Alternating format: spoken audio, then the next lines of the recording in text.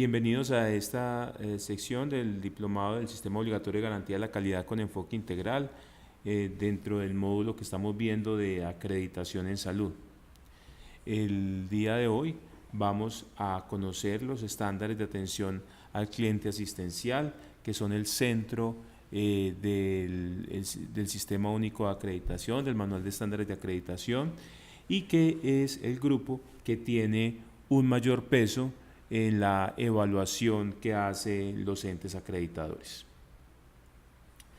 Lo que miraremos dentro de estos minutos será conocer un poco la estructura de los estándares asistenciales, conocer cuál es la intencionalidad del grupo de estándares asistenciales, cuáles son esos estándares que están relacionados con la humanización de los servicios de salud y, por último, cuáles son esos estándares relacionados con el tema de la seguridad del paciente. Vamos entonces a mirar un poco cómo es la estructura de los estándares asistenciales. Los estándares asistenciales es el único grupo de estándar que tiene subgrupos y esos subgrupos van siguiendo la trayectoria del paciente durante el proceso de atención, empezando por cómo la IPS se prepara en una declaración de los derechos del paciente, va a estar todos los temas de seguridad, y luego ya todo el ingreso del paciente, el acceso, registro de ingreso, posteriormente la evaluación de las necesidades al ingreso, cómo planeamos la atención del paciente, su ejecución del tratamiento basados en esa planeación que hicimos, la evaluación de la atención, la salida y seguimiento, la referencia y contrarreferencia, las sedes integradas en red y por último un estándar que está en cada uno de los grupos, que es el de mejoramiento. En total, el grupo de estándares asistenciales tiene 75 estándares y están distribuidos, como ustedes ven en la diapositiva, donde el derechos y deberes tiene 4 estándares, seguridad del paciente 4 estándares, acceso 8 estándares, registro de ingreso 3, evaluación de las necesidades 3. El grupo donde más estándares hay es el de planeación de la atención con 18 estándares, la ejecución del tratamiento 6, la evaluación 4, los estándares de salida y seguimiento son 2, los de referencia y contrarreferencia son 6, los estándares para aquellas instituciones que tienen sedes integradas en red son 16 y por último un solo estándar de mejoramiento. Como vemos entonces, este manual y este grupo de estándares es la primera sección del manual de estándares.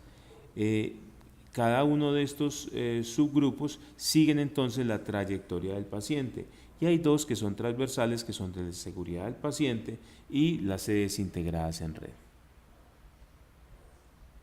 ¿Cuál es la intencionalidad entonces de estos estándares asistenciales?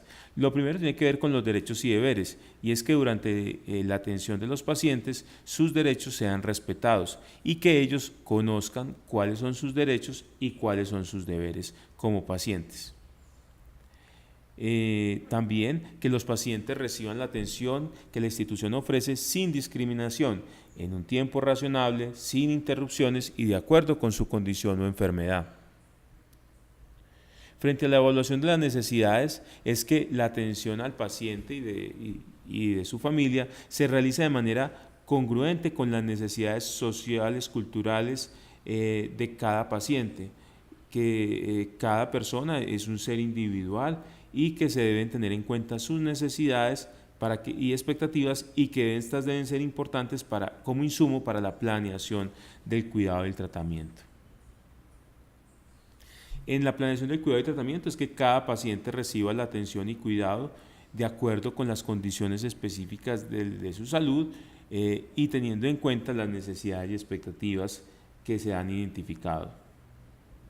En la ejecución del tratamiento, lo que busca este subgrupo de estándares es que el plan de cuidado y tratamiento sea recibido bajo unas condiciones de seguridad, de respeto por los derechos del paciente, que se le brinde toda la información al paciente sobre su enfermedad, que se brinde toda la educación sobre su enfermedad y condición de salud, todo esto con el fin de obtener los mejores resultados. En la evaluación de la atención, los estándares que tienen que ver con la evaluación del tratamiento, entonces ya nos habla es que se le evalúe la implementación del plan de cuidado y el tratamiento para que el paciente se obtenga los mejores resultados. Frente al subgrupo de salida y seguimiento, busca que el paciente reciba una adecuada finalización del tratamiento y un plan de cuidados posterior al egreso.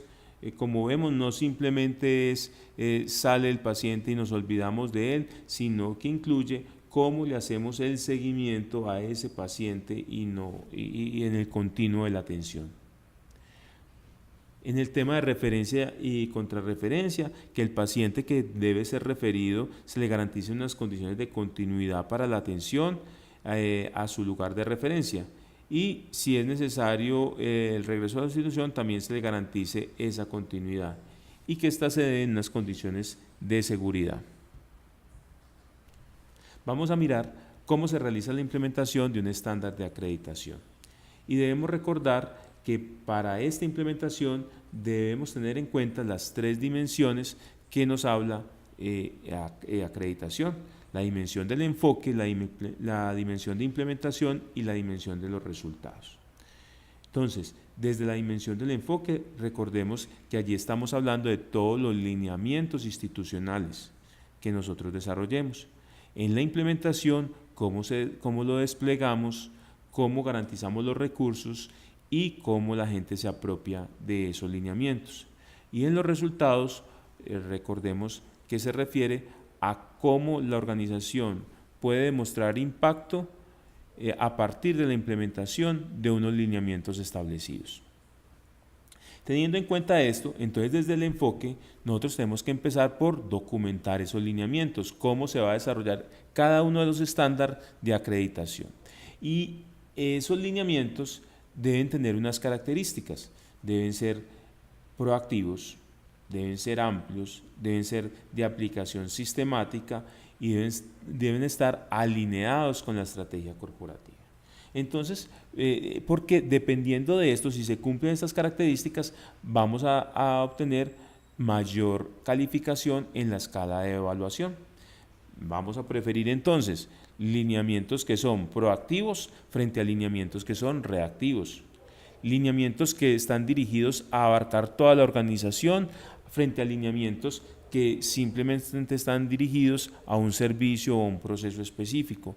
Vamos a preferir lineamientos que partan de una política institucional o que estén alineados con la estrategia frente a lineamientos que estén de manera aislada. Y también vamos a preferir aquellos lineamientos que se apliquen sistemáticamente a aquellos lineamientos que no son aplicados de esta manera. Frente a la implementación, entonces allí vamos a tener que establecer mecanismos para desplegar esos lineamientos que hemos construido. También debemos brindar los recursos para la correcta implementación de estos lineamientos.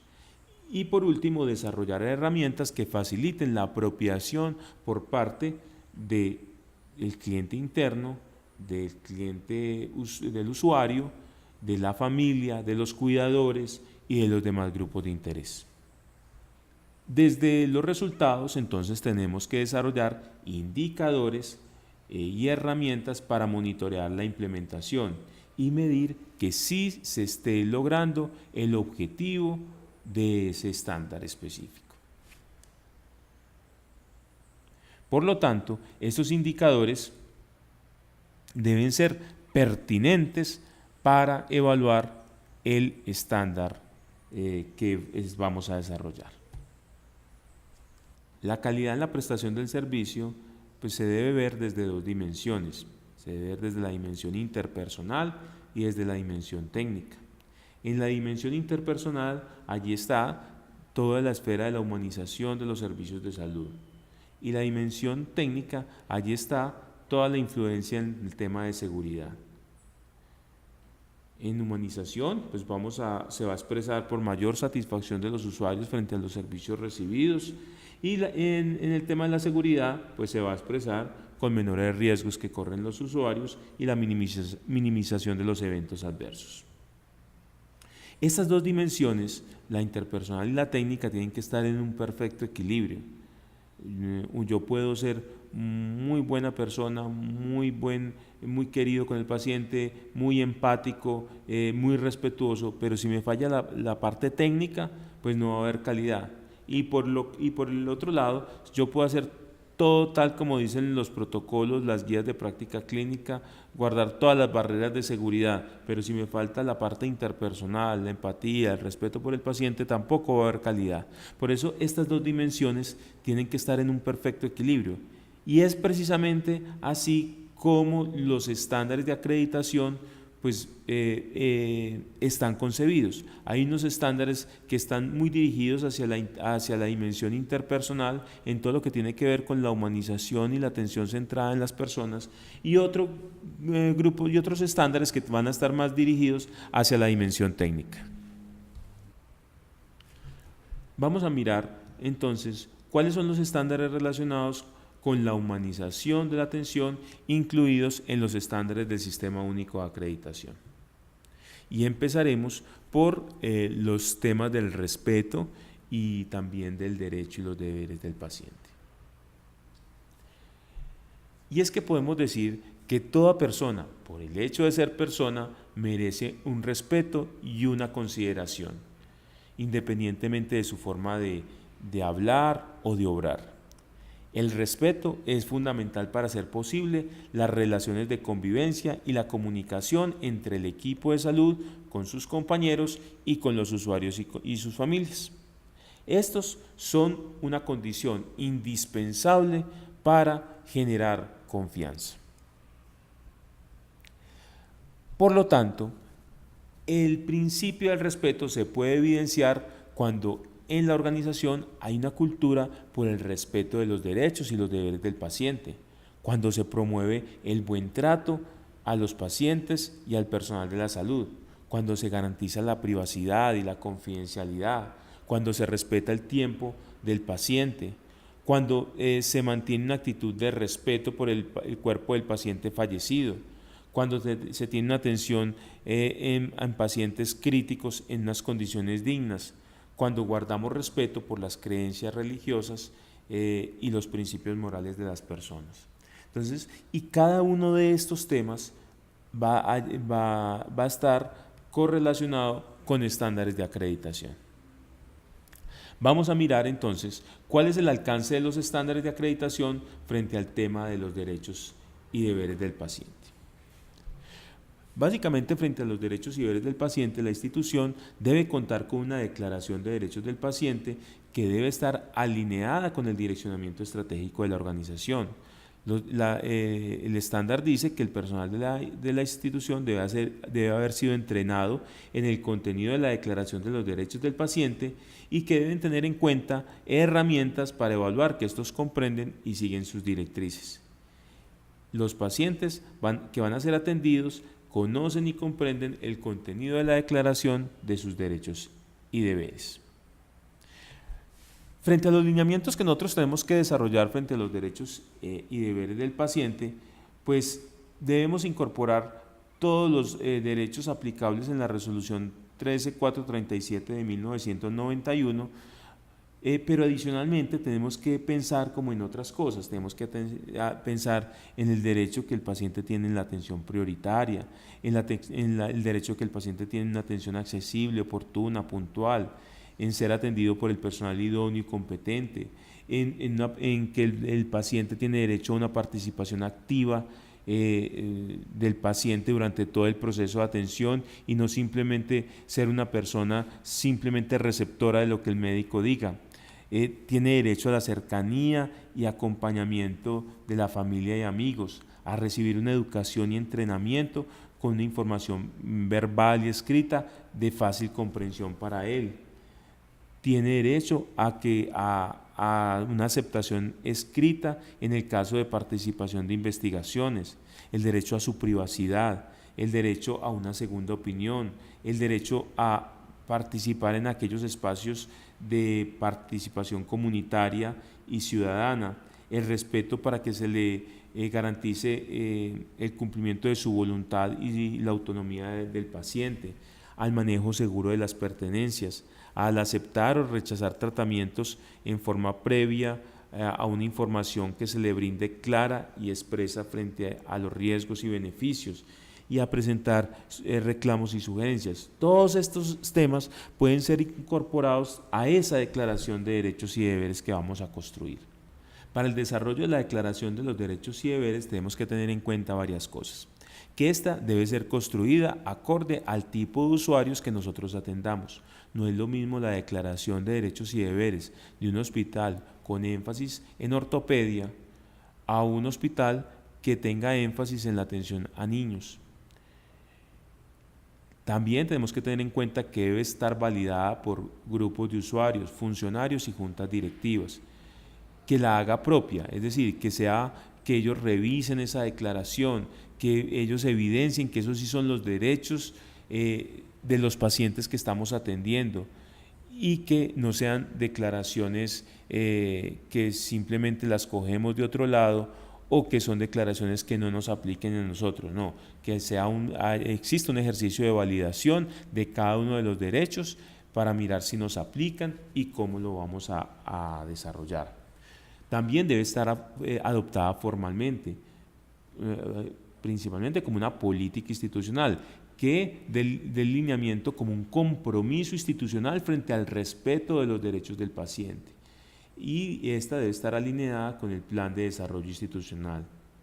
Debe estar disponible en los idiomas de acuerdo al tipo de pacientes que yo atienda. Yo tengo que mirar si yo atiendo pacientes que pueden venir con un dialecto indígena, o atiendo pacientes internacionales, ¿cierto? De acuerdo a mi condición como institución, pues yo deberé llevar esa declaración de derechos y deberes a los idiomas que sean acordes a mi proceso de atención. Debe existir una estrategia clara, documentada, de cómo yo voy a hacer ese despliegue de la declaración de los derechos y deberes, y que esa declaración no simplemente pues es una actividad que yo haga una vez y nunca la vuelva a hacer, sino que esta debe ser una estrategia sistemática, permanente, de despliegue de los derechos y deberes. Adicionalmente, el Código de Ética debe promover el cumplimiento de los derechos y deberes de los pacientes, y que estos también se deben desarrollar acorde con los valores institucionales. El Comité de Ética, desde sus funciones, pues debe incorporar todo el tema de la promoción, la divulgación, la apropiación, la actualización, monitoreo y el análisis de casos en donde se hayan podido vulnerar algunos derechos del paciente. Ahora miremos cuál es el alcance de los estándares de acreditación frente al tema del código de ética. Lo primero es que debemos contar con un código de ética donde se den todos los lineamientos referentes a cómo gestionar la ética en el día a día dentro de nuestra organización. Debe estar en coherencia con el Código de Buen Gobierno. Debe compilar los compromisos éticos de la alta dirección, donde incluya el respeto a la gestión íntegra, eficiente, transparente hacia la labor de la dirección, y debe estar alineada con los lineamientos que nos da la Circular Instructiva 045 del 2007 de la Superintendencia Nacional de Salud. Ahora miremos los estándares que tienen que ver con la atención con el profesional de su preferencia. Bueno, para el desarrollar este estándar, pues tenemos que mirar que como uno de los derechos y deberes del paciente se debe encontrar la posibilidad de que el paciente pueda solicitar la cita con el profesional de su preferencia y en los horarios de atención que sean también de su preferencia. Estos lineamientos deben estar alineados con los procedimientos de asignación de citas, en donde se indague cuál es la preferencia que el paciente tiene frente al profesional y frente a los horarios de atención. Se verifique su disponibilidad y la oportunidad en la prestación del servicio. Ahora miremos qué nos hablan los estándares frente al tema de acceso y oportunidad. Para desarrollar los estándares entonces de acceso y oportunidad, Debemos contar con una política de prestación del servicio. Allí se debe manifestar el interés que tiene la organización para brindar unas condiciones favorables de acceso y oportunidad en la atención a los usuarios. Asimismo, en la Declaración de los Derechos y Deberes del paciente, allí debe estar el derecho que tienen ellos en una atención asequible y oportuna. También dentro del manual del usuario podemos incorporar todo el tema del acceso a la atención, identificando todo el tema de puntos de atención, los servicios que presta cada sede, cuáles son sus horarios de atención, los servicios que prestan, cómo llegar a la institución, cuáles son las rutas de bus o las rutas para acceder a los servicios en la institución. Listo. En los procesos y procedimientos, específicamente en los que son de entrada a la organización, pues allí debemos incorporar todos los parámetros para garantizar el acceso y oportunidad en la atención en la prestación del servicio. Es decir, todos los procesos que son de asignación de citas, de admisión del paciente, pues allí vamos a tener que incorporar una serie de lineamientos relacionados con cómo vamos a garantizar el acceso y la oportunidad, minimizando esas barreras que se pueden existir. En cada uno de los procesos asistenciales ya también tenemos que tener definidos los estándares de oportunidad para cada servicio y que esos estándares tienen que estar acordes a los estándares de práctica aceptados, que sean referenciados frente a las mejores prácticas y aceptados por el Sistema de Información para la Calidad.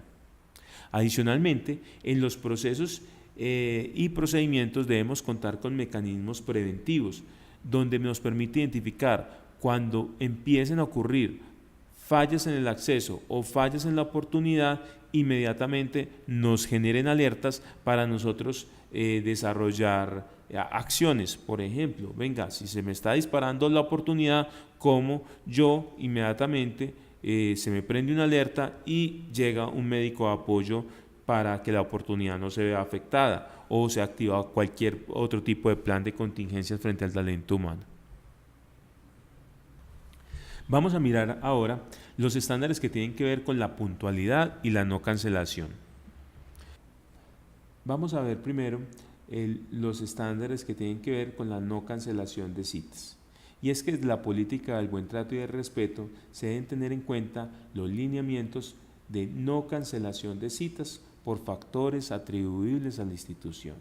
Y estos factores tienen que ver, por ejemplo, con reuniones de personal, reuniones sociales en el hospital, incapacidades en el personal. Todos estos pueden ser causas institucionales de cancelación de citas y esas hay que minimizarlas. Adicionalmente, se deben tener definidas cuáles son las causas. Nosotros tenemos que empezar a hacer tenemos que empezar a tener claro cuáles son esas causas de cancelación de citas y empezar a tener instrumentos para registrar estas causas. Cuando la causa de cancelación de citas es por cambio del profesional, pues tenemos que desarrollar planes de contingencia para tratar de minimizar esa cancelación, que puede ir desde informar al paciente de que el profesional no lo va a poder atender y la posibilidad de que sea atendido por otro profesional para tratar de minimizar la cancelación de citas.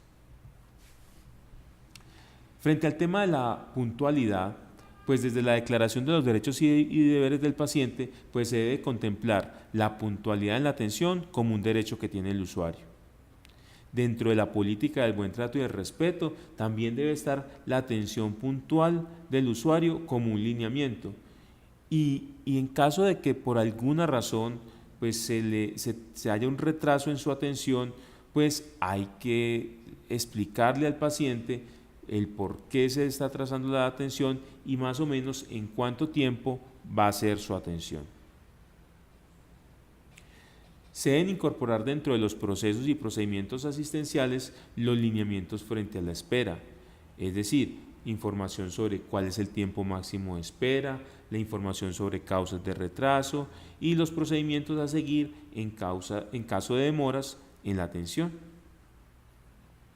El tema de la puntualidad es un tema que es bien sensible para los pacientes, es un tema del respeto por el tiempo del paciente y que tenemos que dejarlo muy bien establecido cómo vamos a manejar el tema de la puntualidad, cómo se le brinda información desde el ingreso, de a qué hora se suscita y cuál es el tiempo máximo de espera, y también si el médico o el profesional que lo va a atender se atrasa, entonces cómo el médico sale, le explica al paciente las causas de por qué se atrasó y explicarle más o menos cuánto es el tiempo máximo que va a seguir esperando. Con toda seguridad que si hacemos eso, el paciente no va a estar insatisfecho, va a estar tranquilo en la sala de espera y no va a afectar su satisfacción. Adicionalmente, dentro del sistema de información y atención al usuario, uno de los ítems para clasificar las reclamaciones de los usuarios tienen que ser las relacionadas con el tema de tiempo de espera y puntualidad en la atención, para poder tener herramientas para monitorear este estándar.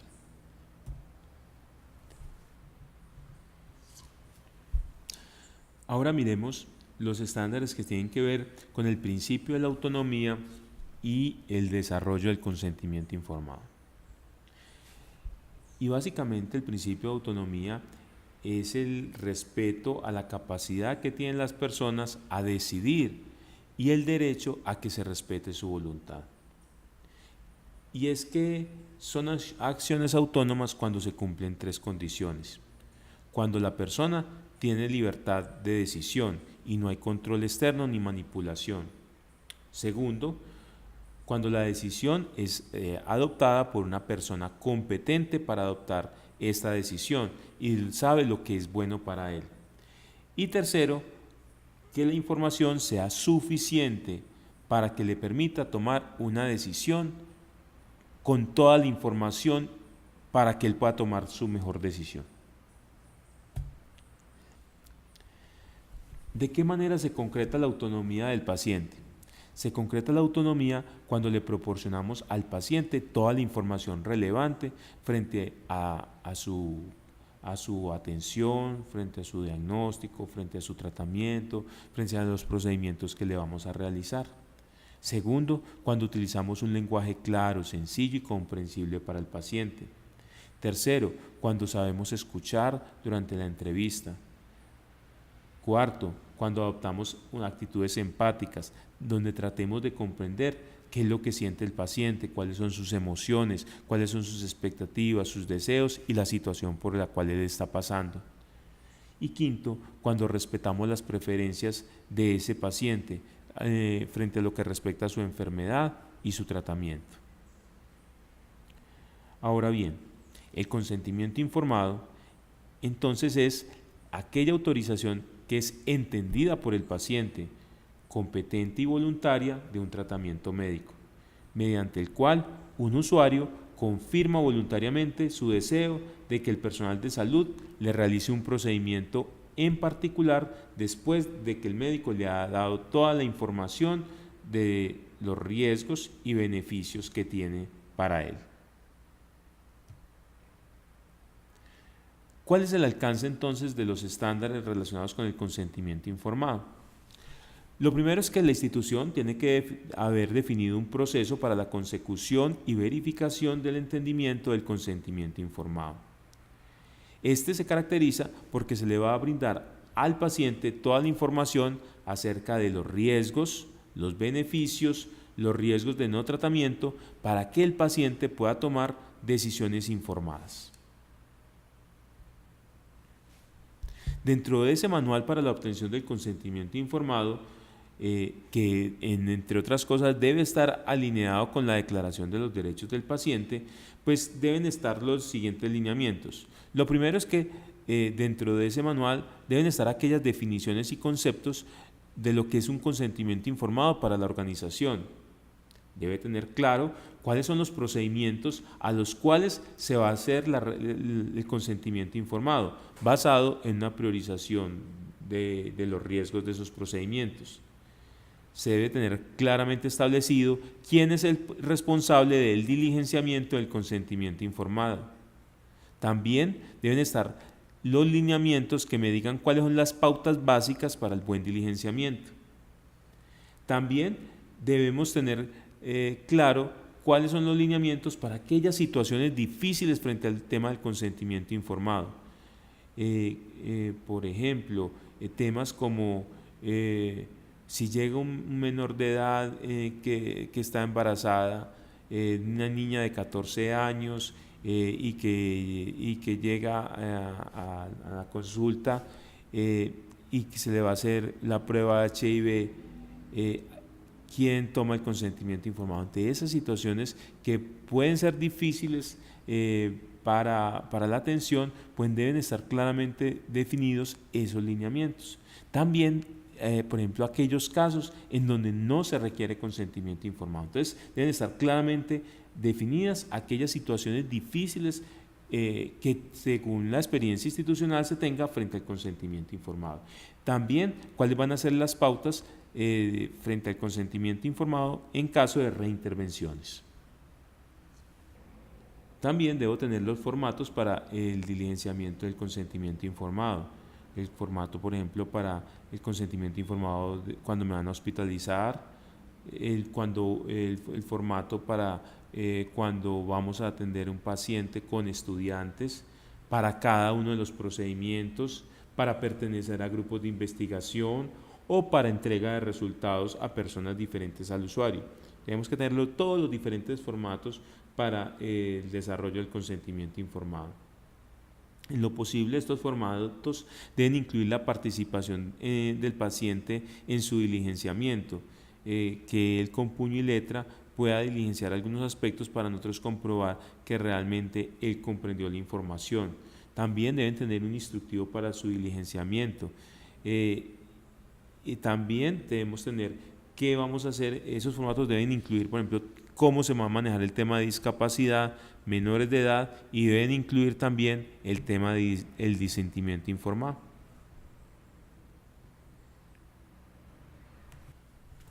El consentimiento informado debe contener como mínimo. El consentimiento informado debe contener como mínimo saber cuál es el tipo de procedimiento.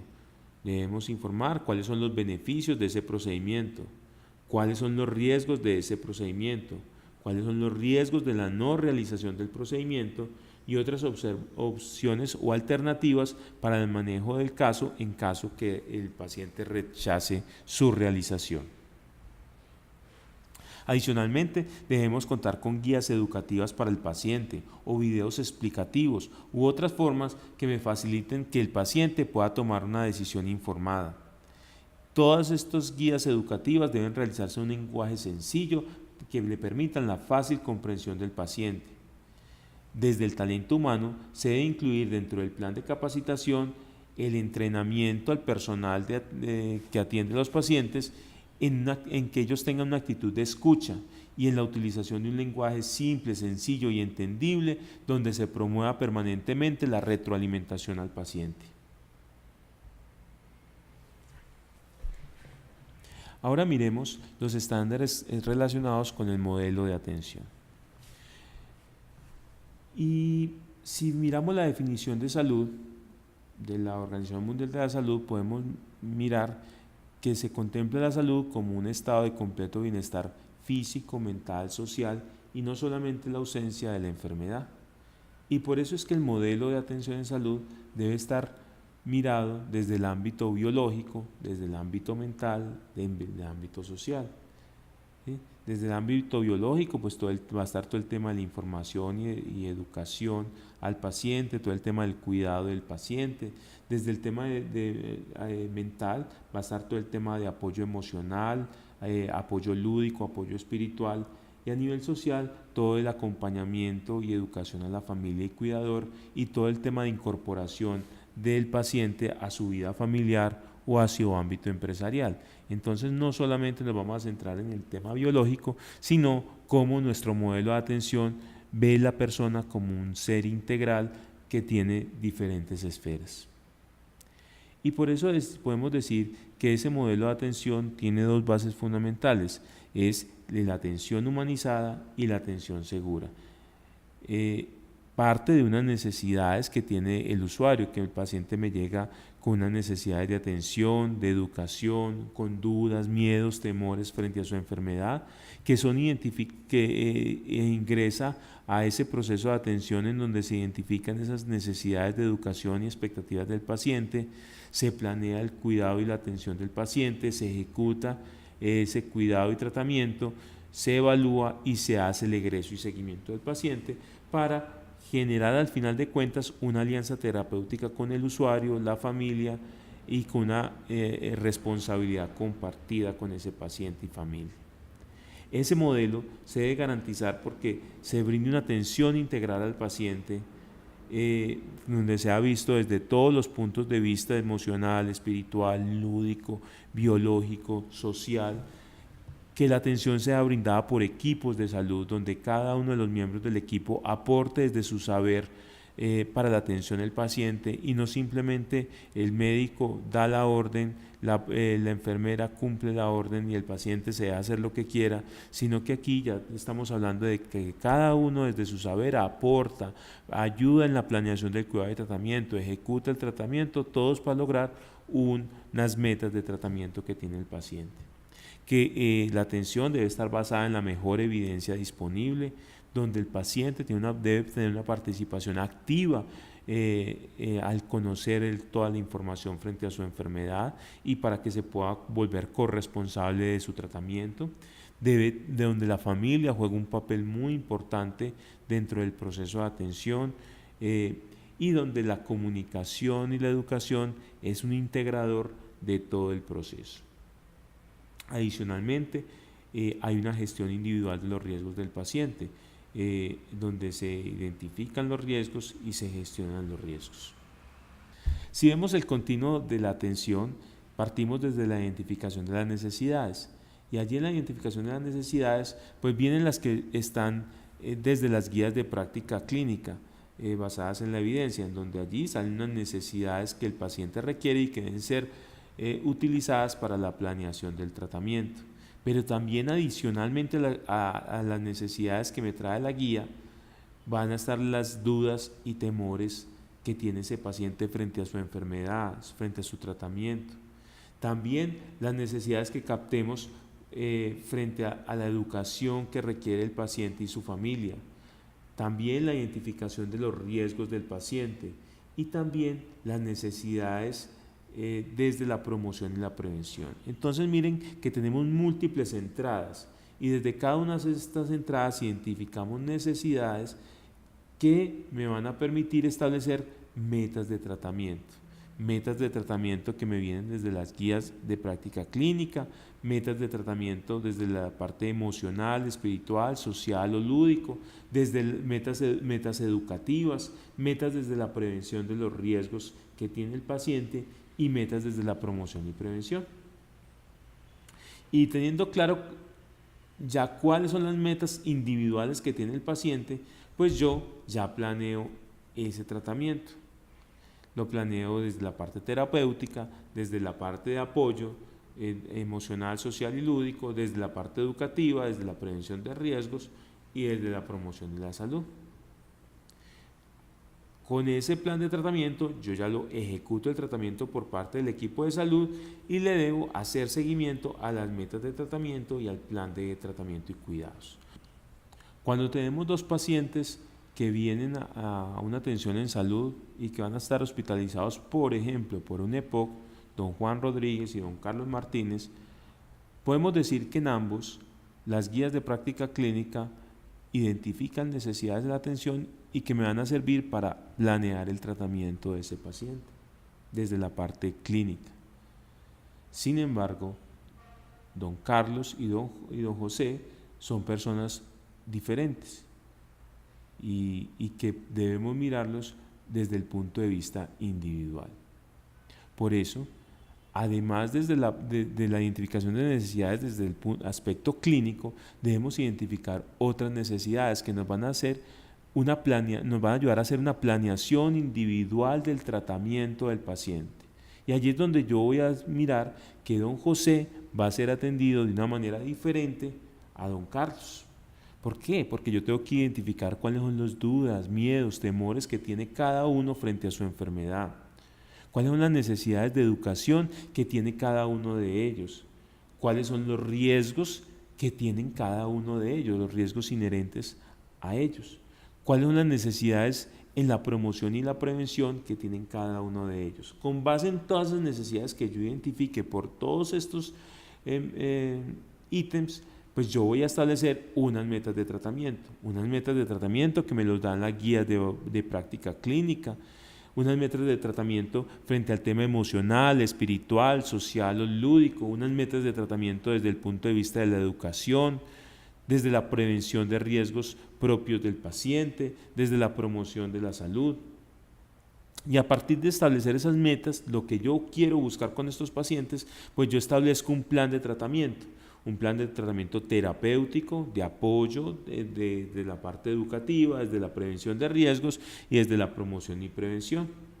Ese plan de tratamiento es ejecutado por equipos de atención, donde cada uno de los profesionales participa para el cumplimiento de esas metas que ese mismo equipo ha establecido y que se le debe hacer seguimiento y evaluación de esas metas del cuidado y tratamiento. En el caso de un paciente diabético que ingresa al servicio de hospitalización por una descompensación, pues desde las guías de práctica clínica yo puedo tener una necesidad desde controlar su nivel de glicemia en 2 días o control de la infección en 48 horas.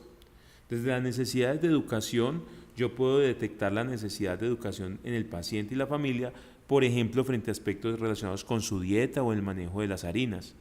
Desde las expectativas, miedos, dudas que me tiene ese paciente, puede relatar temores frente a cómo está avanzando su enfermedad, que no quiere quedarse cieguito y que tiene temor a usar la insulina. Desde la identificación de los riesgos, pues allí se hace una escala de valoración de riesgos y se detecta el alto riesgo de caída y también se detecta poca adherencia de ese paciente al tratamiento. Frente a todas estas necesidades que hemos identificado, se establecen unas metas de tratamiento. Entre ellas, que hay que controlarle su nivel de glicemia en 2 días y que debe estar afebril en 48 horas. Desde el punto de vista de educación, que debemos lograr la comprensión del paciente y la familia sobre las pautas de alimentación y dieta. Frente a las expectativas, miedos y dudas, que debemos lograr que el paciente comprenda las posibles complicaciones de su enfermedad y las recomendaciones para evitar su deterioro rápido. Y desde la identificación de riesgos, las metas serían evitar las caídas en el servicio y lograr una adherencia al tratamiento superior al 80%. Entonces, estas serían las metas que nosotros hemos desarrollado a partir de la identificación de unas necesidades y expectativas que tiene el paciente desde varios puntos de vista. Ahora bien, con base en estas metas, yo voy a planear mi cuidado y tratamiento.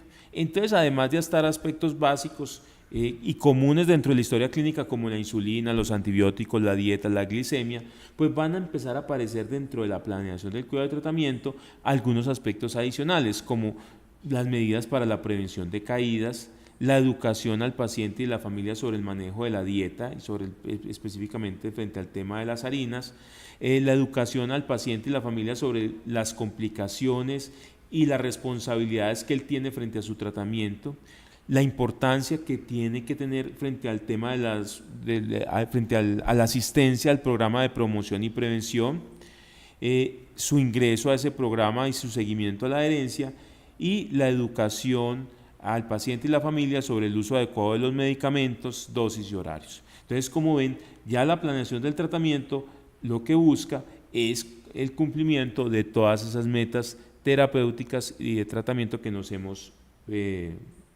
previsto. Ahora bien, conociendo ya cómo es el modelo de atención que está incorporado dentro de los estándares de acreditación, pues nosotros que debemos tener documentado. Lo primero es que desde la Declaración de los Derechos y Deberes se debe garantizar una atención integral, interdisciplinaria y donde el usuario y la familia participe activamente durante todo su proceso de atención. Adicionalmente, se debe contar con un modelo de atención que debe cumplir todos los ámbitos en donde se mueva la institución. Debe cubrir el ámbito hospitalario, el ambulatorio, el domiciliario o extramural, y que debe tener varias características. Debe estar centrado en el usuario, debe ser un enfoque integral, donde se mire el paciente desde todos los puntos de vista, no solamente desde el punto de vista biológico, sino se debe tener en cuenta el punto de vista emocional, social, espiritual. También debe ser de carácter interdisciplinario, donde cada uno de los profesionales aporte a la atención del paciente, donde se gestionen los riesgos individuales de cada paciente, donde se haga un énfasis en la promoción y la prevención, que tenga un enfoque familiar donde la familia juega un papel muy importante dentro de todo el proceso de atención y sobre todo para garantizar la adherencia del paciente al tratamiento, y debe ser todo un modelo humanizado y donde se busque siempre la seguridad del paciente. Este modelo de atención se desarrolla en varias fases. La primera es la identificación de las necesidades, y aquí vamos a identificar necesidades no solamente desde el punto de vista clínico, acorde a las guías de práctica clínica, sino que tenemos que mirar entonces las necesidades de educación, las expectativas que el paciente presenta frente a su tratamiento y estancia, las relacionadas con los riesgos individuales de cada paciente y el proceso de atención, las relacionadas con las actividades de promoción y prevención, y aquellas necesidades identificadas desde el punto de vista emocional, espiritual y lúdico. Una segunda fase es el establecimiento de metas de tratamiento, y es que a partir de las necesidades identificadas se han establecido metas de tratamiento. La tercera fase es el plan individual de tratamiento para el cumplimiento de las metas individuales de atención, donde se demuestre la integralidad desde el punto de vista farmacológico, desde el punto de vista de cuidado, desde el punto de vista de educación, desde el punto de vista nutricional, emocional, entre otros. La siguiente fase es ya la ejecución del cuidado y tratamiento. Allí debe estar claramente definido el papel que juega cada uno de los miembros del equipo de salud en cada una de sus fases y que deben estar acordes con las metas de tratamiento que se han dispuesto para el paciente. Aquí se ejecuta el tratamiento para el logro de las metas individuales del paciente. En la fase de seguimiento al plan de tratamiento y cumplimiento de las metas individuales, el equipo de salud hace seguimiento a la evolución del paciente y allí va a evaluar el cumplimiento de las metas de tratamiento y hace ajustes al plan cuando sea necesario.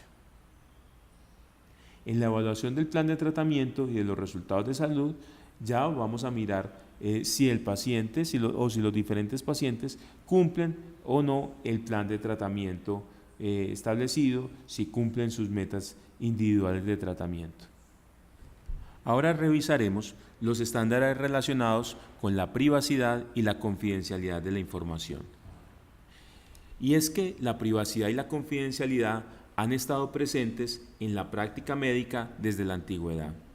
Y de hecho el juramento hipocrático lo describe diciendo: todo lo que vea y oiga en el ejercicio de mi profesión y todo lo que supiese acerca de la vida de alguien, si es cosa que no deba ser divulgado, lo callaré y lo guardaré como un secreto inviolable. Por eso es que la confidencialidad es un derecho del paciente y el secreto es un deber del equipo de salud. Existen algunas situaciones de la vida cotidiana de un hospital donde se puede vulnerar la privacidad en la atención a los pacientes. El simple hecho de no cerrar la puerta de un consultorio mientras estamos atendiendo a un paciente, no utilizar las cortinas de separación entre paciente y paciente, el tener presencia de alumnos en la atención de pacientes sin contar con su debida autorización, el no contar con batas o que éstas estén pequeñas, rotas, translúcidas, en donde quede descubierto el cuerpo del paciente, el no tener una infraestructura adecuada para cambiarse el paciente de pronto, vestir, baños, ¿cierto? Para guardarle su privacidad. El vulnerar el pudor de los niños también tienen pudor y requieren de la privacidad. El atender a menores de edad o a discapacitados o con limitaciones mentales sin la presencia de un familiar o adulto durante el examen médico. No asegurar la privacidad visual y auditiva cuando estamos atendiendo a un paciente. Todas estas situaciones pueden vulnerar la privacidad en la atención y que debemos desarrollar acciones para tratar de evitarlas. Ahora revisaremos los lineamientos de confidencialidad y privacidad que debemos desarrollar y empezaremos con los lineamientos de privacidad en la atención. Y es que lo primero es que tenemos que tener unos lineamientos claros de cómo vamos a manejar la privacidad en taquillas, punto de atención y cómo vamos a garantizar la privacidad en los llamados de pacientes. Entonces, allí en estos puntos, allí se entrega información sensible que puede afectar la privacidad y que tenemos que ser muy cuidadosos en cómo manejar esa información. El simple hecho en pedirle la edad a una señora en una taquilla donde está llena de gente, podemos afectar su privacidad. ¿Listo? O llamar a las señoras que vienen para citología, puede afectarle a su privacidad. Entonces, vamos a mirar qué lineamientos vamos a tener para garantizar esa privacidad en taquillas y puntos de atención. Adicionalmente, ¿cómo vamos a garantizar la privacidad?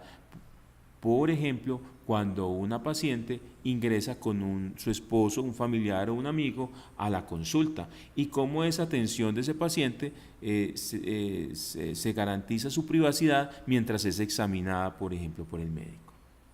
También cómo tenemos medidas para asegurar el consultorio o los sitios donde tomamos muestras, por ejemplo las muestras ginecológicas,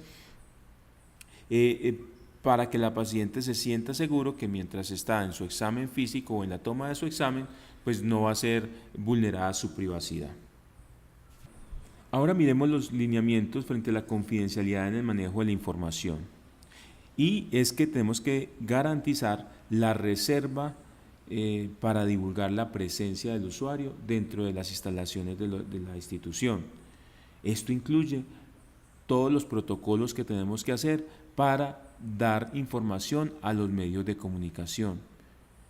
Por ejemplo, cuando hay una personalidad o un evento de salud pública, cómo garantizamos la privacidad de las personas que estamos atendiendo. ¿Cómo garantizamos la reserva en aspectos relacionados con el estado de salud de los pacientes? ¿Cómo garantizamos la confidencialidad en la entrega de información física, personal y telefónica de la información del paciente? Si llaman a pedir una información al piso de cómo se encuentra tal paciente, ¿a quién se le entrega la información? ¿Qué tipo de información se le da? ¿Cómo se verifica que el paciente ha autorizado que se le entregue la información a unas personas determinadas? Esos lineamientos deben existir en la institución. Adicionalmente, los lineamientos para la entrega de resultados de los exámenes de laboratorio que garanticen la confidencialidad del paciente. Adicionalmente, ¿cómo vamos a manejar el tema de las nuevas tecnologías? Ya cuando enviamos resultados por vía mail, vía fax, ¿cómo manejamos este tipo de situaciones y cómo garantizamos la seguridad en la información del paciente? Adicionalmente, ¿qué lineamientos tenemos para entregar documentación del paciente a los aseguradores? ¿Listo? ¿Qué lineamientos hay frente a eso? También frente a la infraestructura, pues hay algunos lineamientos de confidencialidad y privacidad que tenemos que hacer. Es qué directrices tenemos frente al manejo de los espacios para la recepción y evaluación del paciente. Cómo esos espacios están diseñados para garantizar esa privacidad y confidencialidad en la atención, cómo fomentamos el uso de cortinas, persianas, el aseguramiento de puertas y ventanas para garantizar la privacidad de los procedimientos realizados, asimismo cómo dotamos de vestidos, batas adecuadas para la atención. Ahora miremos los estándares relacionados con el apoyo espiritual y social. Y es que se entiende por necesidad espiritual la necesidad que siente una persona de mantener, fortalecer o recuperar sus creencias y la fe, de encontrar respuestas al sentido y finalidad de la vida. Y es que incorporar la asistencia espiritual como parte de un tratamiento es una exigencia ética. Esas necesidades deben ser identificadas en cada paciente y precisadas con el fin de respetar su autonomía. Porque es que en las situaciones más difíciles de la vida o al final de la vida, las personas siempre reflexionan: ¿qué me falta por hacer? ¿Qué cuestiones legales yo tengo que resolver? Yo quiero perdonar, quiero pedir perdón. ¿Cómo voy a dejar organizadas las cosas de la herencia? Yo quiero tener algún encuentro o reencuentro con ciertas personas que no he visto hace tiempos. ¿Cómo voy a organizar los asuntos económicos de las familias? ¿Cómo voy a tomar decisiones para asegurar el bienestar de las familias? Y eso nos permite que las personas cierren ciertos capítulos de la vida en forma exitosa. Por lo tanto, las personas en esos momentos que son difíciles en su vida sienten la necesidad de releer su vida, de encontrar el sentido a su existencia y a lo que venga en su vida, la necesidad de reconciliarse o la necesidad de reforzar los vínculos afectivos. Y es que desde el apoyo espiritual podemos desarrollar diferentes acciones, entre ellas cómo identificar y canalizar las necesidades espirituales tanto de pacientes como de sus familias. También brindar asistencia espiritual al enfermo y a su familia, cómo brindar acompañamiento espiritual durante un duelo. También podemos desarrollar capacitación al personal del hospital o de nuestra organización en temas bioéticos y espirituales. También debemos promover y difundir la posibilidad que tiene el paciente de solicitar atención espiritual. Adicionalmente, debemos facilitar las entrevistas con el líder religioso de acuerdo a su orientación y también con notarios, abogados y otras personas de acuerdo a las necesidades que tenga ese paciente. Frente al programa de apoyo espiritual, los lineamientos que desarrollemos frente al apoyo espiritual debe contener mínimamente ese programa cómo la espiritualidad interviene en el proceso de salud-enfermedad. También debemos describir cuáles son las actividades específicas que la organización va a brindar para dar apoyo espiritual a los usuarios y la posibilidad de contar con la presencia del líder espiritual del usuario. Si no lo tiene la institución, facilitar que ingrese ese líder espiritual a la organización. Y ese programa debe estar articulado también con el programa de apoyo emocional.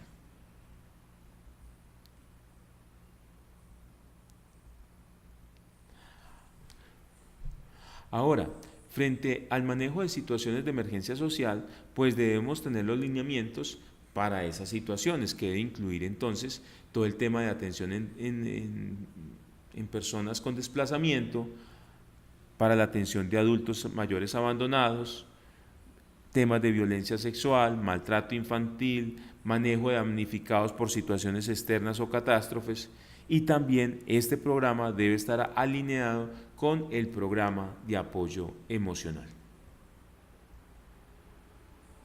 Ahora miremos los lineamientos o lo que nos dicen los estándares frente al apoyo emocional y el duelo. La muerte de los pacientes es algo natural e inevitable y el equipo de salud debe estar preparado para contribuir que ese proceso sea digno, respetuoso, afectuoso para todos. Sin embargo, los profesionales de la salud poco estamos preparados de cómo conducir ese proceso. Y es que el duelo proviene del término latino dolus, que significa dolor. El duelo es la respuesta emotiva a la pérdida de alguien o de algo, donde allí se presentan un conjunto de procesos psicológicos y sociales que siguen a una pérdida, con una consiguiente reacción emocional y un comportamiento en forma de sufrimiento cuando el vínculo afectivo se rompe. Durante el proceso del duelo pueden existir una serie de pensamientos, sentimientos y conductas que en principio se pueden considerar normales. Por lo tanto, el equipo de salud debe conocer estas manifestaciones para poder actuar con mucho respeto ante esos sentimientos. Y es que durante el duelo se pueden presentar sentimientos de tristeza, enfado, culpa, autorreproche, ansiedad, soledad, fatiga, inestabilidad, shock, entre otras. Adicionalmente, se pueden tener conductas como soñar con el fallecido, busca evitar recordar todo lo del fallecido, pueden suspirar, llorar, guardar objetos que el paciente tenía, el paciente fallecido tenía, buscar y llamar en voz alta al familiar, visitar lugares significativos.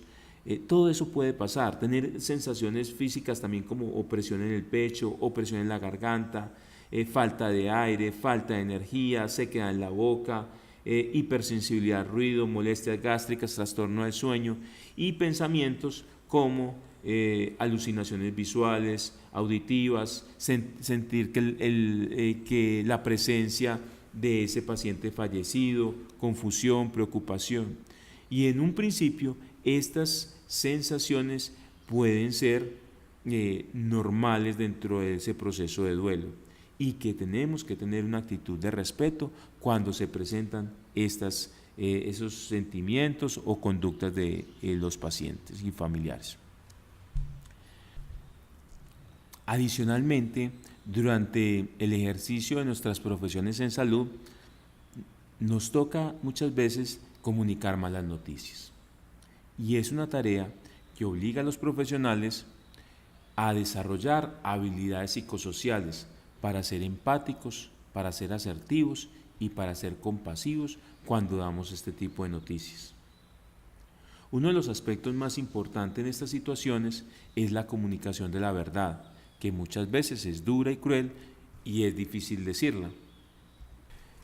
Algunas claves que debemos implementar para humanizar el acompañamiento al duelo son el comunicar la mala noticia de una manera clara, concisa, sencilla, sin rodeos y en un lugar que tenga la suficiente privacidad. Segundo, deje expresar las expresiones de la familia. Tanto el llanto como la rabia, la culpa son expresiones normales, que son manifestaciones de dolor. No juzgue. Respete las reacciones que tenga la familia frente al fallecimiento o al duelo que ella está elaborando. Facilite la asimilación de la noticia, proporcione la posibilidad de que vea a ese ser querido y no tenga prisa para retirar el cuerpo del paciente fallecido. Permita un tiempo adecuado para la despedida. En caso de que el paciente fallecido esté conectado a equipos, pídale a la familia un momento para el retiro de ellos y que puedan luego acompañarlos. Escuche a la familia y responda con un silencio. Tenga contacto con la familia, de pronto un abrazo consuela. El contacto físico tiene mucho poder. Adecúe espacios físicos adecuados, confortables para dar una mala noticia, en condiciones de privacidad. Tenga espacios para la transición del paciente, que sean cómodos, que estén acondicionados con agua, café, teléfonos, igualmente espacios para el recogimiento espiritual.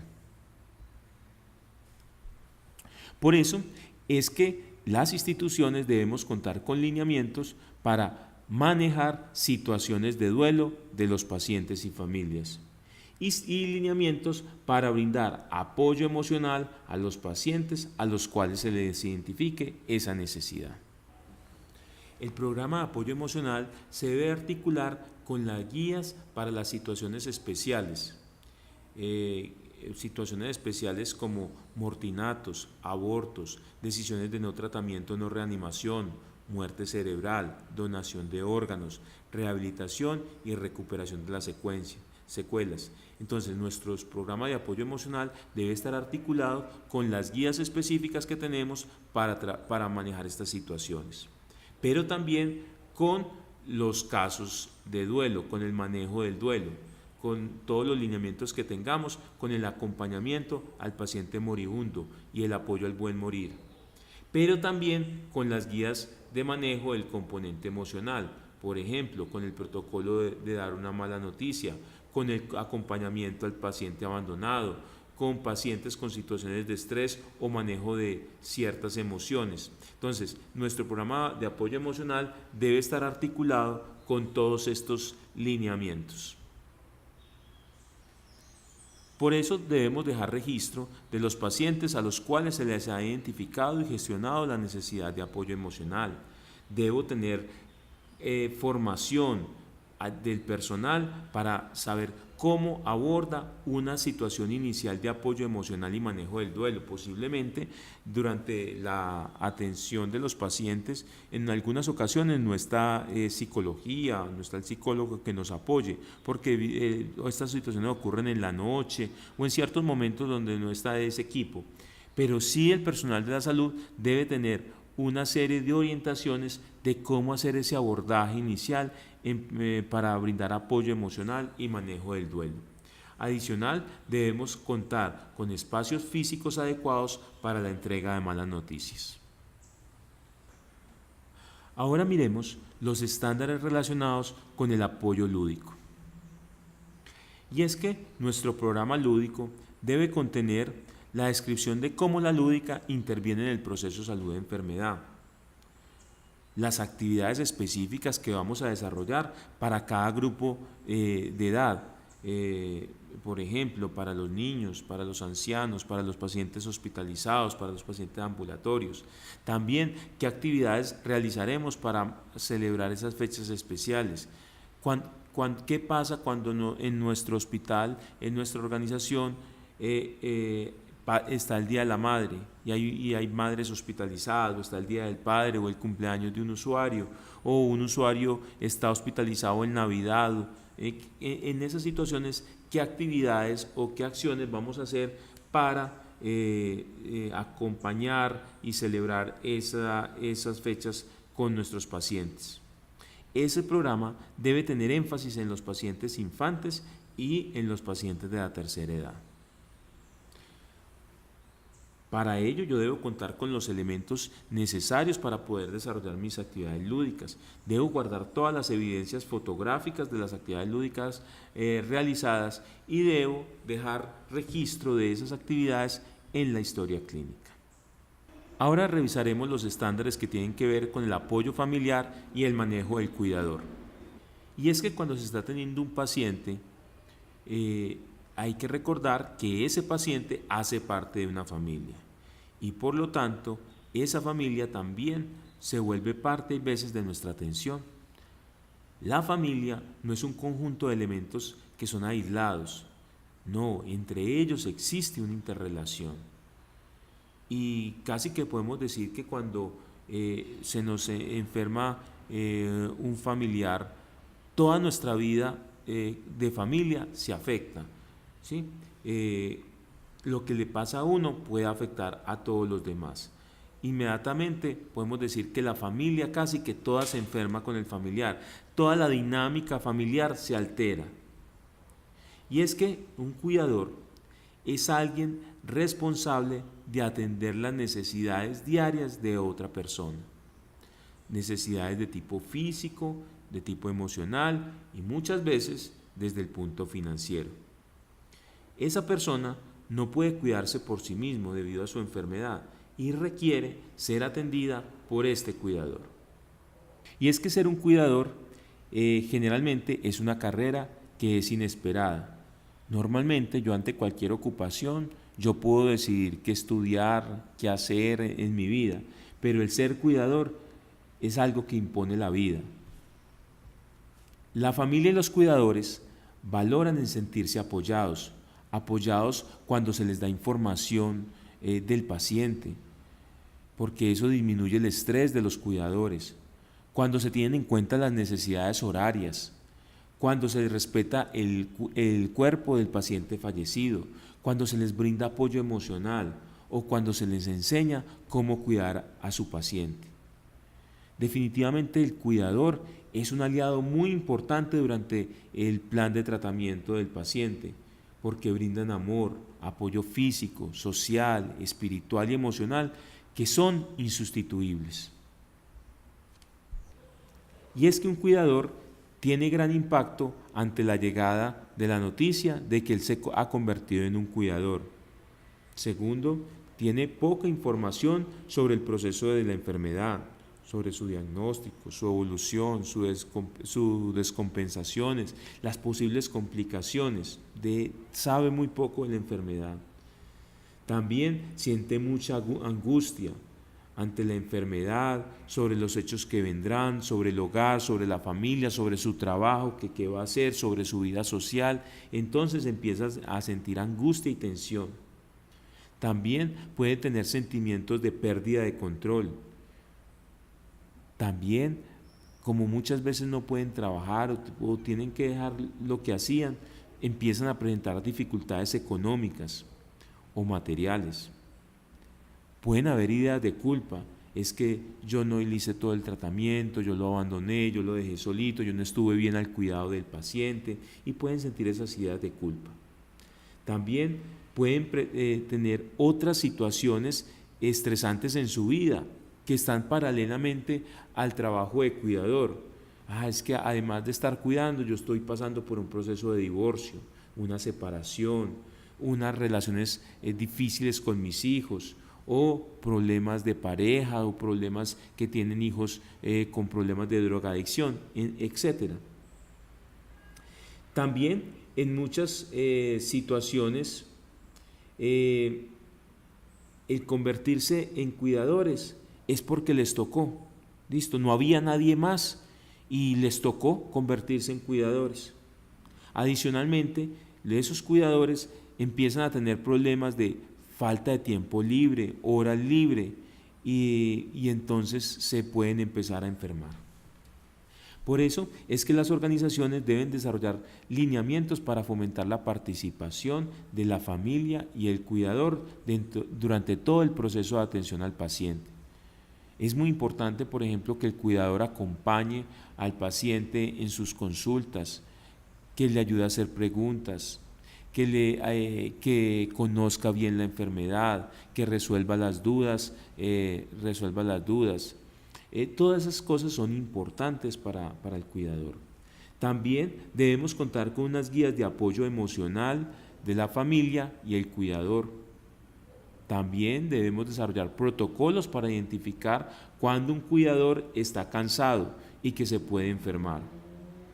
También debemos de desarrollar lineamientos para identificar las necesidades de la familia o del cuidador referente a horarios, tiempo de visita, etc. Adicionalmente, también tenemos que tener lineamientos para garantizar las condiciones de comodidad dignas para el cuidador. Adicionalmente, manuales para la educación y entrenamiento del cuidador, para que él pueda desempeñar mejor su papel, cómo capacitamos y desarrollamos competencias en esos cuidadores para que ellos puedan desarrollar mejor su labor. Ahora miremos los estándares relacionados con la comunicación y la educación en salud. La comunicación en salud es un proceso muy importante donde hay una interacción entre seres humanos, en donde hay una interacción entre el equipo de salud y el paciente. El equipo de salud lo que busca es brindar una información al paciente, que él la escuche con cuidado, que el paciente y su familia sean tolerantes, comprensivos y respetuosos con el personal de la salud, y que el paciente entienda y que haga parte de ese plan de tratamiento. Mientras tanto, el paciente busca otras cosas, busca recibir ese mensaje que le están dando, que el equipo de salud se dirija a él con respeto, que se le satisfagan sus necesidades de información, que se le escuche también al paciente por parte del personal que lo está atendiendo, y que el personal de la salud sea tolerante y comprensivo. Y esas dos dimensiones, la visión del paciente y la visión del equipo de salud, se deben unificar, se deben alinear. En la comunicación siempre hay dos conversaciones, una que es verbal, que es consciente, y una no verbal, que es inconsciente. Generalmente las palabras comunican el 7%, la voz el 38% y el lenguaje corporal el 55%. Por eso comunicamos más con aspectos no verbales que con los verbales. En la comunicación verbal interviene el tono de voz, el lenguaje utilizado, el espacio utilizado, la cantidad de personas con las cuales nos estamos dirigiendo. Por lo tanto, la información que se le brinda al usuario debe tener unas condiciones. La primera es que debe ser clara, sencilla y directa. Es que al paciente hay que explicarle justo lo que se ha de explicar en un lenguaje sencillo y sin tecnicismos que van a impedir la comprensión del mensaje. Es muy importante utilizar ejemplos que puedan ayudarlos a comprender la información. Segundo, debemos que utilizar frases cortas, estructuradas, que facilite la integración del mensaje. Tercero, el mensaje debe ser respetuoso. Esto incluye también el hablar en un tono adecuado y con una velocidad adecuada. Muchas veces el simplemente hablar demasiado rápido o en un tono exagerado podemos irrespetar al paciente. El tono y la velocidad del lenguaje es muy importante. Adicionalmente, no debemos emplear un lenguaje informal. Cuarto, tenemos que dar oportunidad de que el paciente o la familia nos haga preguntas. Listo, hay que identificar las necesidades de información, de educación del paciente. Y quinto, debemos garantizar que la información sea comprendida. Por eso tenemos que dar un lenguaje con una velocidad adecuada, que garanticemos el ritmo de la asimilación por parte del paciente y que debemos verificar y contrastar con el feedback para verificar si el paciente comprendió la información obtenida, tal como nosotros lo queremos. Ahora, la comunicación no verbal, allí interviene la postura corporal, los gestos, los movimientos, la sonrisa, y muchas veces esa mirada, esa sonrisa, esa postura comunica más que las palabras. Muchas veces incluso hasta el silencio comunica. Ahora miraremos cuáles son los estándares que abordan los temas relacionados con la comunicación y la educación en salud. Un primer tema que tocan los estándares es el desarrollo de una actitud de escucha y el desarrollo de competencias de comunicación entre las personas que cuidan y atienden pacientes, para que puedan desarrollar atmósferas donde hagan que el paciente se sienta bien al preguntar. Segundo, Otros estándares me hablan de promocionar la participación activa del paciente, para que el paciente pueda hacer preguntas relacionadas con el cuidado, con el proceso de atención. Un paciente que es mucho más activo, que pregunta, es un paciente que va a estar mucho más seguro y que va a estar más pendiente de su atención, va a estar más vigilante del proceso de atención. Tercero, cómo promocionamos el uso de un lenguaje sencillo, simple, entendible para los pacientes. Lo que pasa es que nuestros profesionales de salud hablan en un nivel y los pacientes me hablan en otro nivel, y hay una diferencia básicamente del lenguaje, donde no nos entendemos. Y lo que buscan es que venga equipo de salud, bajémonos un escaloncito y hablemos con un lenguaje más simple, más sencillo y entendible para el paciente, donde no usemos los tecnicismos. Y paciente también vamos a subir un escaloncito, vamos a darle mucha más información, vamos a educarlo para que él nos pueda comprender más bien la información que nosotros queremos suministrar. También otros estándares nos hablan de cómo fomentamos la participación de un miembro de la familia o un amigo para que lo acompañe durante el proceso de atención, para que ayude a hacer preguntas a los pacientes, para que participe dentro de ese proceso de atención. También otros estándares nos hablan de cómo identificamos las necesidades de educación del paciente y la familia. Cómo nosotros identificamos esas necesidades relacionadas con la educación en cuanto a la atención, entre el cuidado y el tratamiento, y estas necesidades que identificamos de educación son incorporadas al plan de tratamiento. También nos hablan los estándares de cómo verificamos la comprensión del paciente frente a la información y a la educación brindada. Nosotros en salud somos muy buenos para brindar información, pero hay veces regulares para escuchar, ¿listo? Y para pedir la retroalimentación y pedir al paciente hacer el teach back y poder identificar qué fue lo que entendió el paciente. Entonces siempre, cómo verificamos la información y la educación brindada, cómo identificamos esa comprensión por parte del paciente de esa información que brindamos. También otros estándares nos hablan de cómo utilizamos los avances tecnológicos para mejorar la comunicación con los pacientes y cómo utilizamos mecanismos para la comunicación con personas que tienen algún tipo de discapacidad o desconocimiento de lengua. Cómo no hay barreras para que el paciente pueda comunicarse para nosotros, y cómo estamos preparados en los casos de que el paciente tenga algún tipo de discapacidad o desconocimiento de la lengua. La comunicación y la educación entonces es el integrador que permite la conexión y el engranaje de todo el modelo de atención. Dentro de los lineamientos que debería desarrollar una institución frente al tema de comunicación deberían estar: primero, debemos desarrollar pautas para todo el tema de escucha y comunicación con los pacientes. ¿Cuáles son los lineamientos que la organización va a tener para el uso de un lenguaje sencillo, simple y entendible? Lineamientos que nos diga cómo vamos a fomentar la participación activa de pacientes y familiares.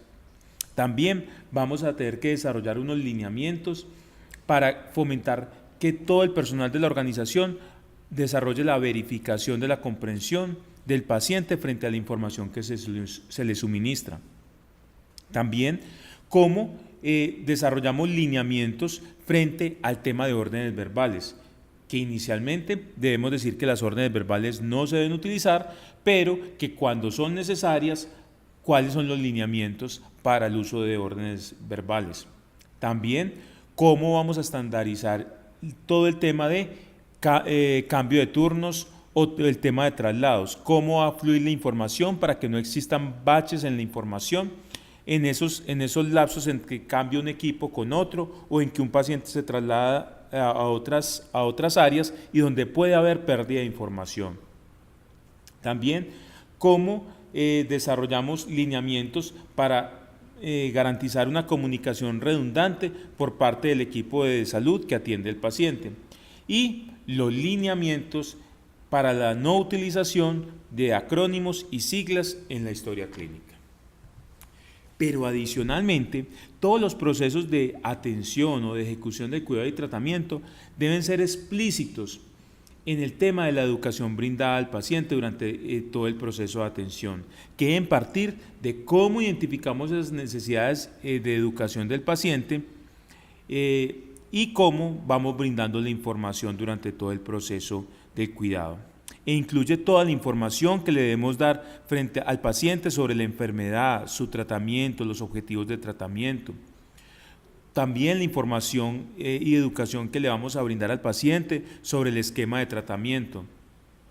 Todo el tema terapéutico o todo el tema de procedimientos que le van a realizar o los medicamentos que se le van a aplicar, teniendo en cuenta los horarios, las posibles molestias que va a sentir con la aplicación del medicamento y bueno.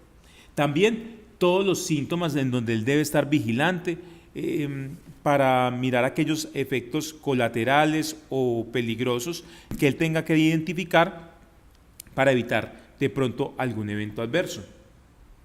También allí dentro de esos procesos de atención se le debe dar información al paciente sobre los procedimientos diagnósticos que se le van a realizar y los resultados de esos exámenes una vez se realicen. También debe ser explícito en los procesos de atención toda la educación que se le va a brindar al paciente frente al tema de cuidados, tanto dentro de la hospitalización como después del egreso. Adicionalmente, esos procesos de atención deben ser explícitos en brindar todo el tema de educación al paciente sobre su autocuidado y la promoción de la salud y prevención de la enfermedad. Así como informar que él debe ser un guardián de su propia seguridad y cómo fomentar su participación.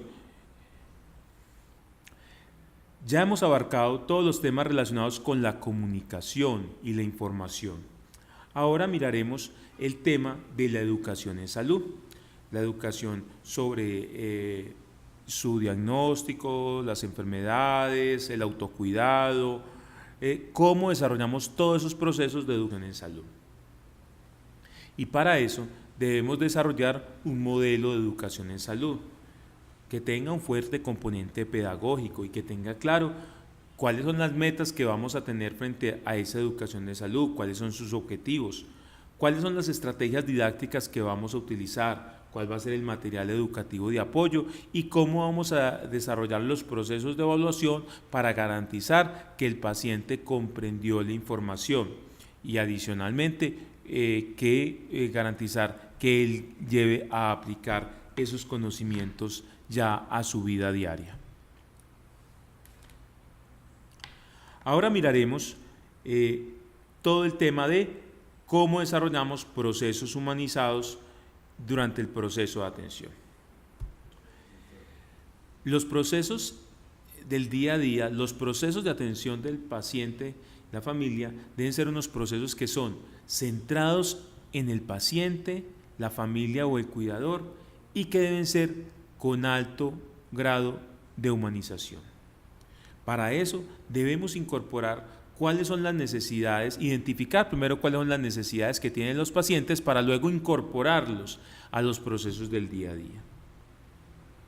Si queremos unos procesos centrados en el paciente y humanizados, dentro de los procesos de registro y admisión del paciente, tenemos que velar por que nuestros procesos tengan facilidad en el acceso, en garantizar la oportunidad en la atención, en que se respete el tiempo del paciente y se garantice la puntualidad en la atención y que el paciente pueda solicitar el profesional de su preferencia.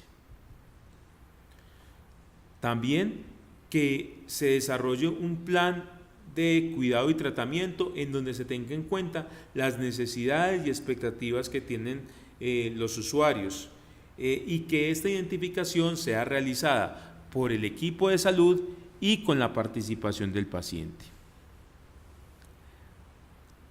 Dentro de ese plan de cuidado y tratamiento, ese paciente debe tener un plan individual de tratamiento a partir de las necesidades y expectativas identificadas, que es lo que lo hace un plan individual único, que es diferente, lo que hace diferente el don Carlos que tiene EPOC a don José que tiene EPOC. Aunque las dos personas tienen EPOC, tienen planes individuales de tratamiento porque son dos personas diferentes con necesidades diferentes y expectativas diferentes dentro del proceso de atención. También que para el desarrollo de ese plan individual de tratamiento se cuenten con unas metas de tratamiento definidas por el equipo de salud y que sean acordadas por el paciente. También dentro de la ejecución del tratamiento debemos velar porque cada profesional aporte desde su saber al cumplimiento de las metas de atención y que durante todo el proceso de atención se garantice el principio del respeto, la autonomía del paciente, que se desarrolle un proceso de educación durante toda la ejecución del cuidado y tratamiento y que al final, en el egreso, el paciente reciba una adecuada finalización del tratamiento y que tenga un plan de cuidados posterior al egreso que facilite su adherencia al tratamiento y su continuidad en el hogar. Por eso, para implementar estos estándares debemos tener documentado cómo la organización desarrolla sus procesos. Debemos tener entonces la definición del mapa de procesos, la caracterización de todos los procesos y procedimientos asistenciales. Y en esa caracterización de los procesos asistenciales, los misionales, deben tener tanto el componente administrativo, todos los procesos como de admisión, todos los procesos de asignación de citas que son más administrativos, como los componentes asistencial, todo el tema de la planeación del cuidado y tratamiento, la ejecución y el egreso. Todos estos procesos deben estar centrados en el paciente y la familia y deben responder a las expectativas de los usuarios. Esos procedimientos deben estar construidos de manera tal que se siga el recorrido del paciente dentro de la organización, desde que ingresa hasta su egreso.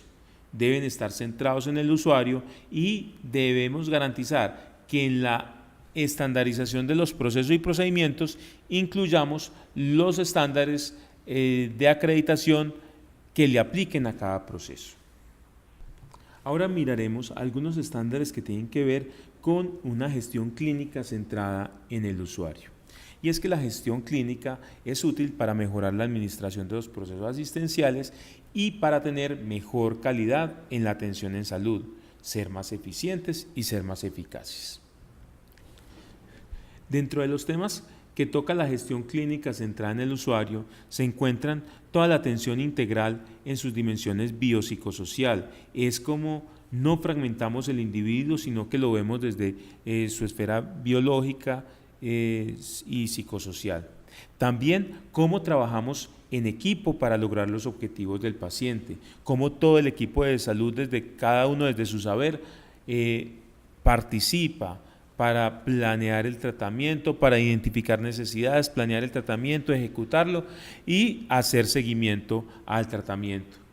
Cómo desarrollamos un abordaje integral para el manejo del dolor, de la disnea y de las náuseas, para eliminar estas condiciones de la atención en salud. Estos estándares nos hablan de cómo realizamos una atención integral a nuestros pacientes en sus dimensiones biopsicosocial, es decir, donde no se fragmente el individuo, sino que tengamos una mirada integral del ser humano. También nos hablan de cómo trabajamos en equipo, cómo el equipo de salud trabaja de manera mancomunada para lograr los objetivos en el paciente. Cómo hacemos un abordaje integral del dolor, de la disnea y las náuseas para que estas condiciones desaparezcan de nuestras instituciones de salud.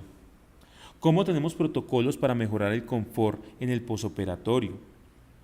También cómo desarrollamos protocolos para la administración de medicamentos en donde tengamos en cuenta el reposo y el sueño del paciente.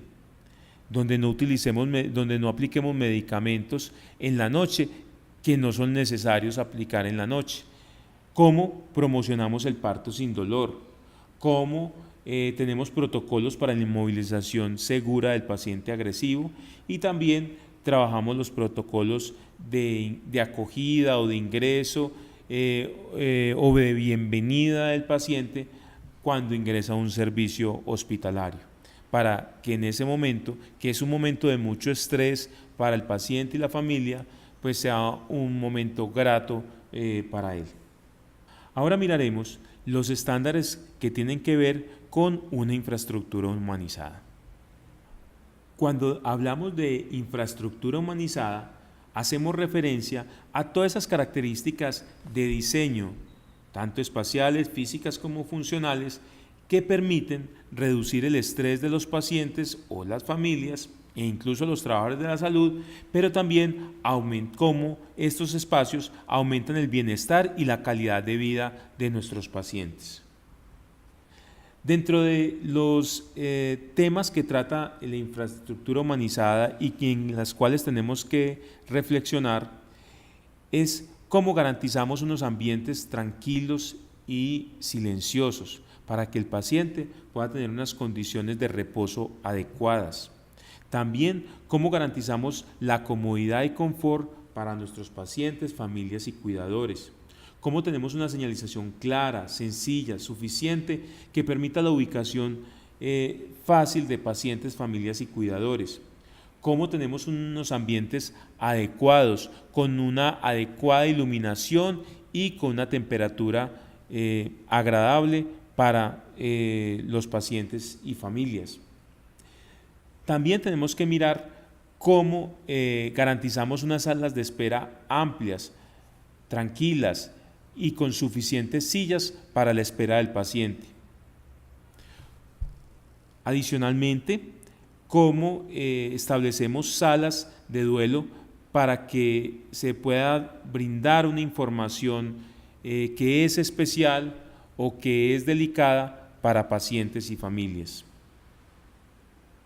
También cómo garantizamos salas para el manejo respetuoso del paciente fallecido, cómo tenemos políticas que garanticen el orden y el aseo en nuestras instalaciones y cómo minimizamos y solucionamos las barreras arquitectónicas para garantizar el acceso a los servicios de salud. Como vemos, los estándares relacionados con la humanización de los servicios de salud tienen tres principios fundamentales: la empatía, la autonomía del paciente y el respeto. Y a partir de esos tres principios, pues debemos desarrollar unos temas que son fundamentales y donde la organización debe reflexionar. Primero, todo el tema de la comunicación y la educación en salud, cómo brindamos apoyo familiar y un cuidado al cuidador, cómo tenemos lineamientos para garantizar la privacidad y la confidencialidad de la información y la privacidad del paciente durante su atención, cómo brindamos procesos para garantizar un apoyo espiritual y un apoyo social al paciente, cómo tenemos procesos para brindar un apoyo emocional y facilitar la atención en procesos de duelo, cómo nuestros procesos están centrados en el paciente y son humanizados, cómo desde la gestión clínica está centrada en el paciente, cómo también nos preocupamos por el cliente interno, porque no podemos tener una humanización hacia afuera si no tenemos humanización hacia adentro, y también tener que pensar en todo el tema de una infraestructura humanizada. Y es que palabras tan sencillas como gracias, por favor, estoy acá para ayudarte, pueden convertirse en el mejor regalo e iluminar un momento o una circunstancia de cuidado. Ahora vamos a mirar cuáles son los temas que tocan los estándares de acreditación relacionados con una gestión clínica excelente y con seguridad. Y es que la organización debe contar con una política de seguridad del paciente. Y esta política manifiesta el interés que tiene la organización de trabajar por la seguridad del paciente. Esta política es la que me alinea el trabajo en seguridad con el direccionamiento estratégico. Adicionalmente, esta política debe ser vista desde un punto de vista integral, no solamente enfocado al evento adverso, sino que debe trabajar varios ejes fundamentales, como son: cómo vamos a desarrollar una cultura de seguridad del paciente, cómo vamos a fortalecer nuestros procesos para hacerlos mucho más seguros, y si a pesar de la cultura y a pesar de desarrollar unos procesos organizacionales seguros se genera un evento adverso, cómo aprendemos del error. Adicionalmente a ese compromiso, debemos desarrollar los lineamientos para llevar a cabo ese compromiso. Adicionalmente, esa política debe incluir la homologación de conceptos de seguridad del paciente acorde a los lineamientos del Ministerio de Salud y Protección Social, y debe contar con unos indicadores que midan el impacto de la política de seguridad. Los contenidos de la política de seguridad, según el Ministerio de Protección Social, debe tener unos objetivos, debe definir un referente de seguridad, me debe hablar sobre cómo va a funcionar el sistema de reporte, cómo se va a realizar la homologación de conceptos, cómo se da prioridad a la sensibilización y a la capacitación, cómo se articula todo el tema de seguridad con el resto de políticas organizacionales, cómo se involucra al paciente como corresponsable de su seguridad y cómo se va a hacer el compromiso de la alta gerencia con recursos para la implementación de esta política. Ahora miremos el tema de las prácticas relacionadas con la seguridad del paciente. Pues el primer estándar relacionado con la seguridad del paciente tiene que ver con el tema de la política de seguridad del paciente.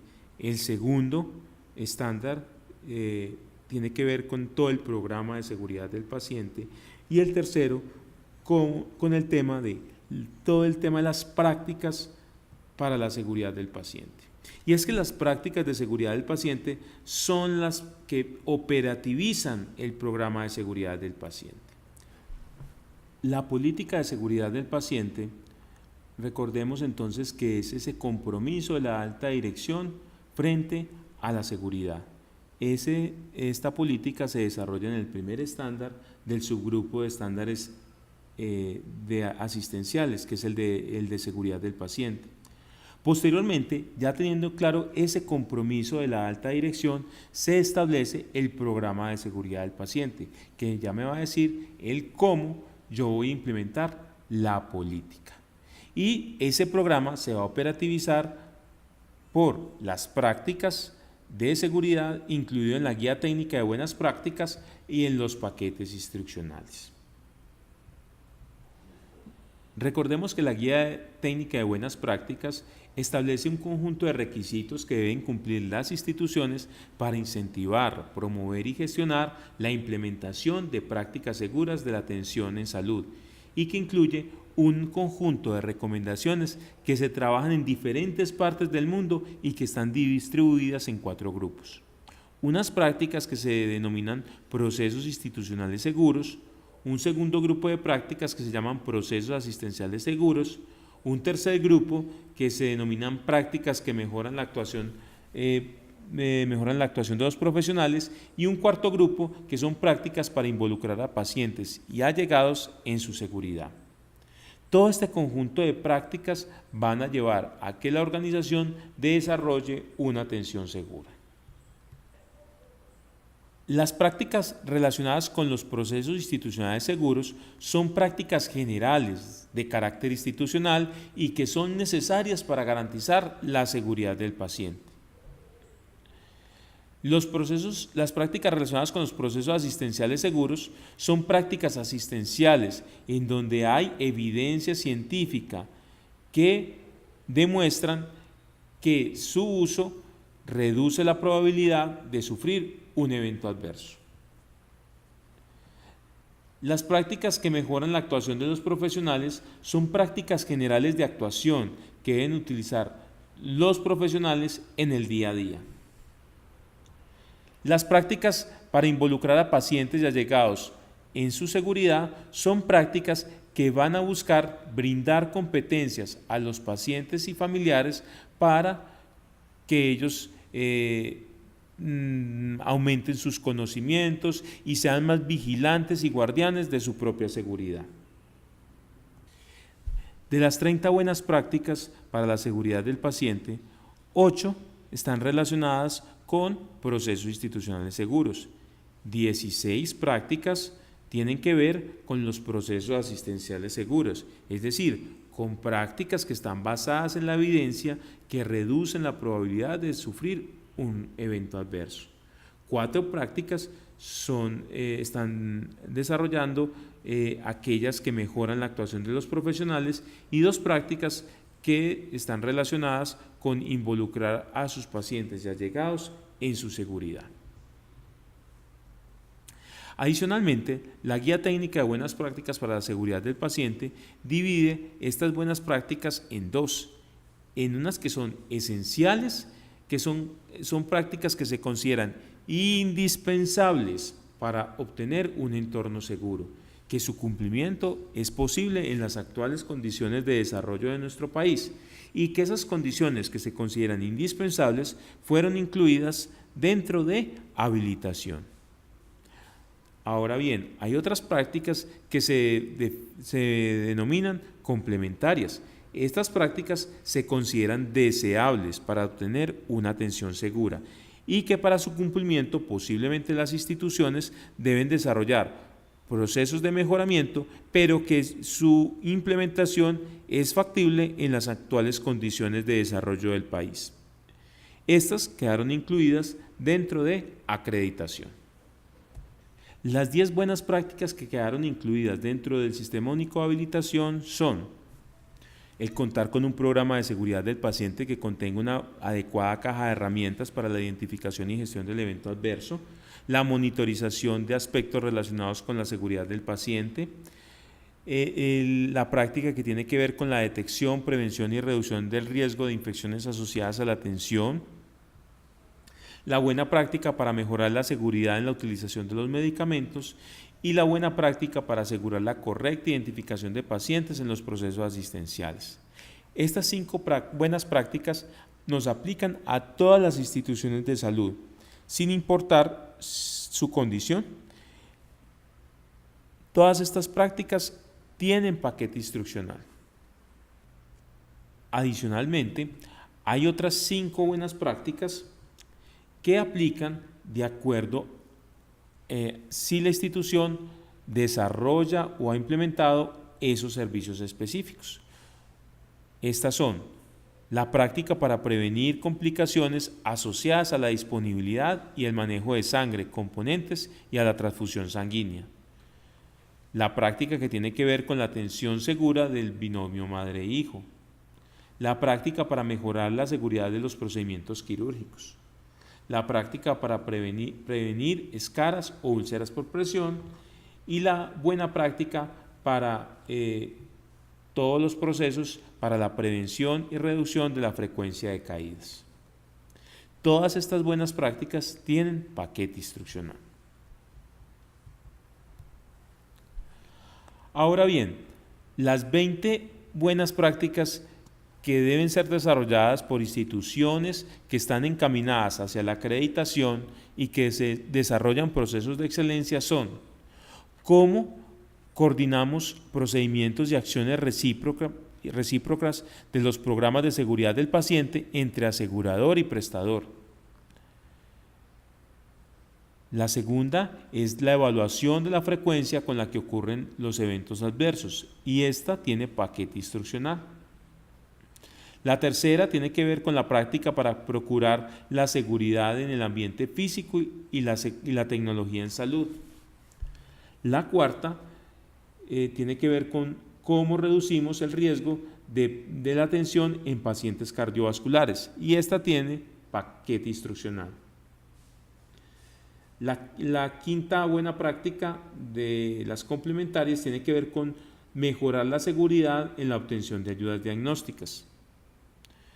La sexta, la estandarización de los procesos de atención La séptima, la utilización y desarrollo del software para disminuir el riesgo en la prestación del servicio. La octava, la implementación de los equipos de respuesta rápida. La novena, la reducción del riesgo en la atención a pacientes críticos, que tiene paquete instruccional. Y la décima, la práctica que tiene que ver con la prevención de la malnutrición o desnutrición, que tiene paquete instruccional. Las otras 10 buenas prácticas también que se miran en acreditación tienen que ver con ilustrar al paciente acerca de su autocuidado, el gestionar y desarrollar una adecuada comunicación entre las personas que atienden y cuidan paciente, que tiene paquete instruccional. La práctica que tiene que ver con la prevención de complicaciones anestésicas. La buena práctica para reducir el riesgo de la atención en pacientes con enfermedad mental, que tiene paquete instruccional. La buena práctica de prevenir el cansancio del personal, que también tiene paquete instruccional. La buena práctica para facilitar las acciones colaborativas de pacientes para promover la seguridad del paciente.